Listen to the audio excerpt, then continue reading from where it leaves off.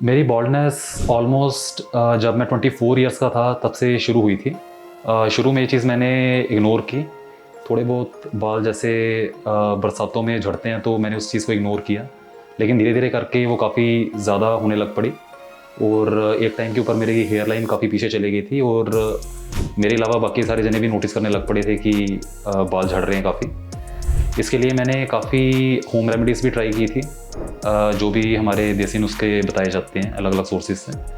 Plus इसके अलावा मैंने फिनेस्ट्राइड कुछ टाइम के लिए ली थी, मिनॉक्सिडिल भी कुछ टाइम के लिए यूज़ की थी, लेकिन मुझको थोड़ी देर के बाद जब कुछ सिग्निफिकेंट डिफरेंस नहीं लगा उससे, तो मैंने उसको डिसकंटिन्यू कर दिया था। और ट्रांसप्लांट का डिसीजन मेरा एज 32 में था, तो तब तक मेरे हेयर लॉस को ऑलरेडी 6-7 साल हो चुके थे। तो हेयर ट्रांसप्लांट करवाने के डिसीजन जब मुझको लेना था तो मैंने ऑनलाइन भी और वैसे भी अपने फ्रेंड सर्कल में काफ़ी जनों से पता किया था। तो जो भी क्लिनिक्स मैंने देखे उनका रिजल्ट्स देखा, लेकिन मुझको हेलो फ्रेंड्स, तो आज मेरे ट्रांसप्लांट को 8 मंथ्स पूरे हो गए हैं। आज मैं अपनी 4th PRP के लिए यहाँ पे आया हूँ। मेरी बॉल्डनेस ऑलमोस्ट जब मैं 24 इयर्स का था तब से शुरू हुई थी। शुरू में ये चीज़ मैंने इग्नोर की। थोड़े बहुत बाल जैसे बरसातों में झड़ते हैं तो मैंने उस चीज़ को इग्नोर किया, लेकिन धीरे धीरे करके वो काफ़ी ज़्यादा होने लग पड़ी और एक टाइम के ऊपर मेरी हेयर लाइन काफ़ी पीछे चली गई थी और मेरे अलावा बाकी सारे जने भी नोटिस करने लग पड़े थे कि बाल झड़ रहे हैं काफ़ी। इसके लिए मैंने काफ़ी होम रेमेडीज़ भी ट्राई की थी, जो भी हमारे देसी नुस्खे बताए जाते हैं अलग अलग सोर्सेज से। प्लस इसके अलावा मैंने फिनेस्ट्राइड कुछ टाइम के लिए ली थी, मिनॉक्सिडिल भी कुछ टाइम के लिए यूज़ की थी, लेकिन मुझको थोड़ी देर के बाद जब कुछ सिग्निफिकेंट डिफरेंस नहीं लगा उससे, तो मैंने उसको डिसकंटिन्यू कर दिया था। और ट्रांसप्लांट का डिसीजन मेरा एज 32 में था, तो तब तक मेरे हेयर लॉस को ऑलरेडी 6-7 साल हो चुके थे। तो हेयर ट्रांसप्लांट करवाने के डिसीजन जब मुझको लेना था तो मैंने ऑनलाइन भी और वैसे भी अपने फ्रेंड सर्कल में काफ़ी जनों से पता किया था।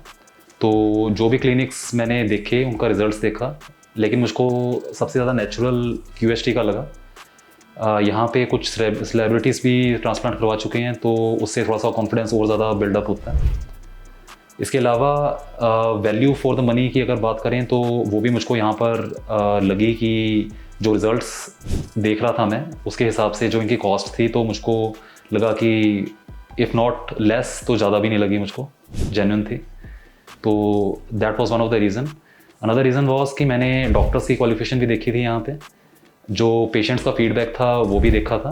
तो सारा कुछ मिला के मुझको लगा कि this is the place that I should go for, और वही किया मैंने, और रिज़ल्ट आपके सामने। जब मैंने डिसाइड किया कि मुझको QHT से हेयर ट्रांसप्लांट करवाना है, तो सबसे पहले मैंने यहाँ पे कॉल की थी। तो स्टाफ काफ़ी कोऑपरेटिव था, उन्होंने जो भी मेरी क्वेरीज थी अच्छे से एड्रेस की। जो भी मुझे डाउट्स थे, जो भी मेरे मन में आ रहा था पोस्ट ऑपरेशन को लेकर, या फिर कुछ और ऐसी चीज़ें जिसके बारे में थोड़ा सा डर होता है मन में, तो काफ़ी कोऑपरेटिव थे।